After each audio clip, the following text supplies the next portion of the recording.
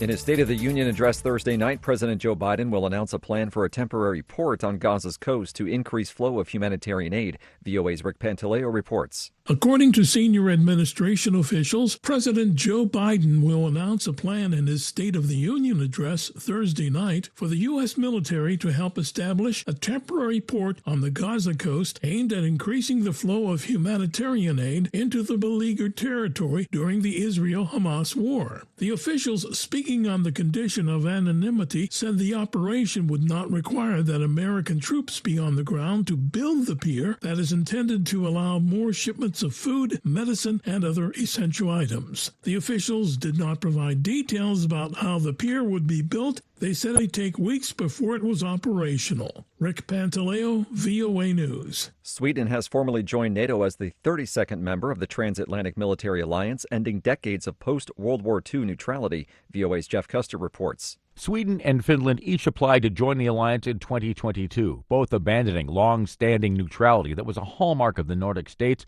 after Russia invaded Ukraine. Finland joined NATO last year, but Sweden's bid had been held up by NATO members Turkey and Hungary until just days ago. Swedish Prime Minister Ulf Kristersson and U.S. Secretary of State Antony Blinken presided at a Washington ceremony Thursday when the instrument of accession for Sweden to join NATO was deposited at the State Department.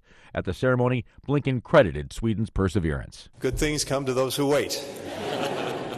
No better example. Let me be the very first to welcome Sweden as the 32nd member of the North Atlantic Treaty Organization. Jeff Custer, VOA News. You'll find expanded coverage of world news and events at our website, voanews.com, 24 hours a day. This is VOA News. Kansas could soon make doctors ask patients why they want abortions and report the answers. AP correspondent Jackie Quinn reports. The controversial bill would force abortion clinics to pose 11 questions to patients, including asking if they can't afford a child or if child rearing would hinder their career or education, or if their spouse or partner's pushing them to end the pregnancy. Backers of the bill say the state needs that type of data to help prevent abortions in the future. But Kansas Democrats call this an effort to shame the women, harass abortion providers, and stigmatize the procedure. Some want the bill to include the same type of, quote, humiliating questions for men when they get vasectomies or treatment for erectile dysfunction. I'm Jackie Quinn. Authorities and locals in Nigeria say gunmen attacked a primary school in the northwest of the country on Thursday morning and abducted at least 100 pupils as they were about to start classes. Authorities were still trying to confirm the exact number of pupils abducted, but the chairman of the local council in Kaduna State said there were, quote, far more than 100. It marks the second mass abduction in the West African nation in less than a week. Dozens of armed groups in the northwest and central regions target villagers and travelers for huge ransoms.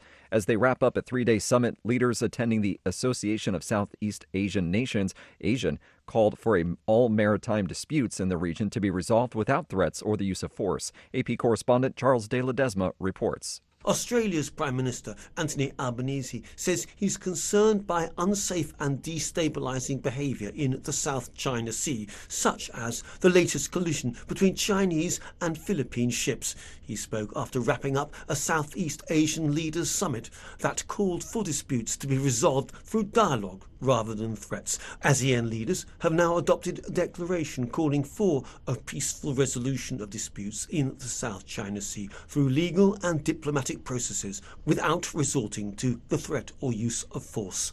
I'm Charles de Ledesma.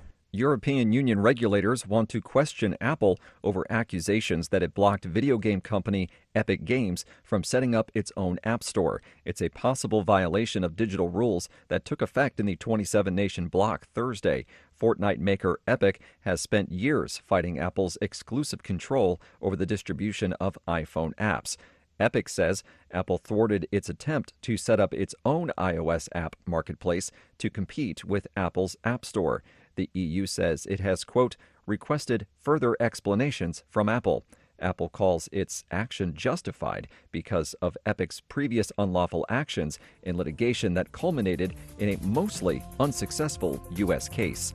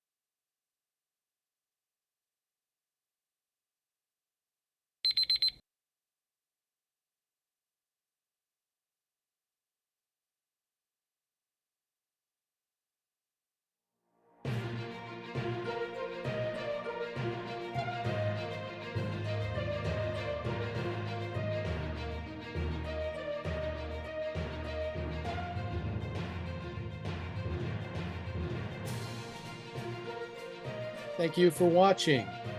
Can you do me a favor? Please leave a comment in the comment section below. That would really help. Thank you, and see you again soon.